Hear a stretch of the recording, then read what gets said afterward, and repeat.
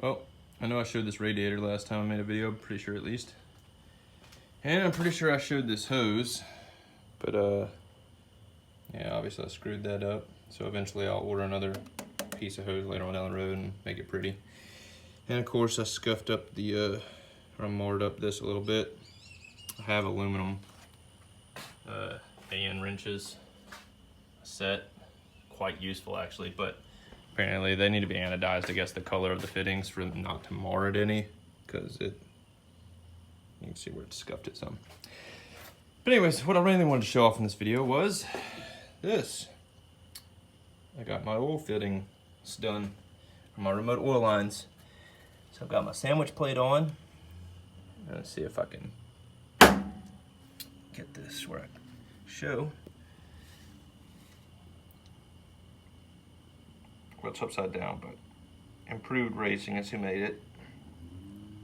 And it is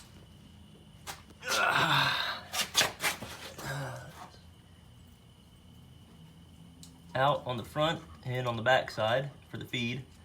And of course, that is an oil temp sensor for that 1/8 inch MPT. And originally, my plan was to run it with the filter on the motor with that little stubby. And then I had an epiphany whenever I started reading over my turbo order.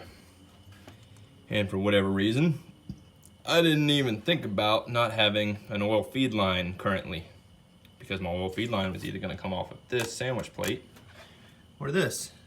And I decided to take it off of this. So my oil feed will come out of this, and the reason I'm doing it off of this one instead of that is for one, this temp sender can jump right up and follow these wires and run back through there. So I can just tie them onto that and run them right next to that, and it's out of the way of the exhaust and everything. And two, because the exhaust does come up right in there, eventually later on down the road I'll probably have a downpipe that comes through here, but right now this can make an easy loop from here, run it across over the top and around the back side of the motor. I can run it up through this little channel here and to the turbo that'll be, you know, right in this area. So it'll just run right along that valve cover and boop, right there. But the last reason is this, if you notice, is on the output side. So it's after it's run through the filter, which is one of the main things. I wanted the oil being fed into the turbo to be filtered. That is coming out of the outbound, but it's outbound from the engine, which is not filtered yet, obviously. So that is it though. These actually didn't take long to do, and I didn't use much hose at all. I ordered a good bit of this 10AN braided and barely used any of it. In fact, he sent it to me in 2 sections because he didn't have, I think I ordered 10 foot of it or something like that. And he sent it to me in like roughly 8 foot, a little bit over maybe. And then another section of a little bit over 2 foot. And well, I made do with just the cutoff piece. That was a little over 2 with about 4 inches spare maybe. It might have been a 3 foot piece, I don't know. But it wasn't much, so it came out nice in my opinion. Assembled quite lovely. And I did learn a little trick. These nylon braid hose, treat them just like this nylon. When you cut it, singe the ends with a lighter and it'll keep them from fraying. They assemble so much nicer. And now that I remembered how to assemble them, obviously I didn't make the same mistake as I did on this expensive ass hose. Go figure. So the other bit I've been doing is this.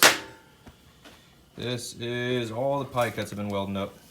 Jesus Christ, dog. Should have wound up. Anyways, so let's see if I can get this without it showing terrible. So there are some decent welds in here, and there are some shitty ones. So like, that's decent. Some of those are decent. Some back here decent. That looks like shit. And that one I remember doing. I didn't have my hand rested properly and I started running off and just like curving it downward instead of following the bead. So, and then it wanted to blob up when I restarted it. It didn't want to start well.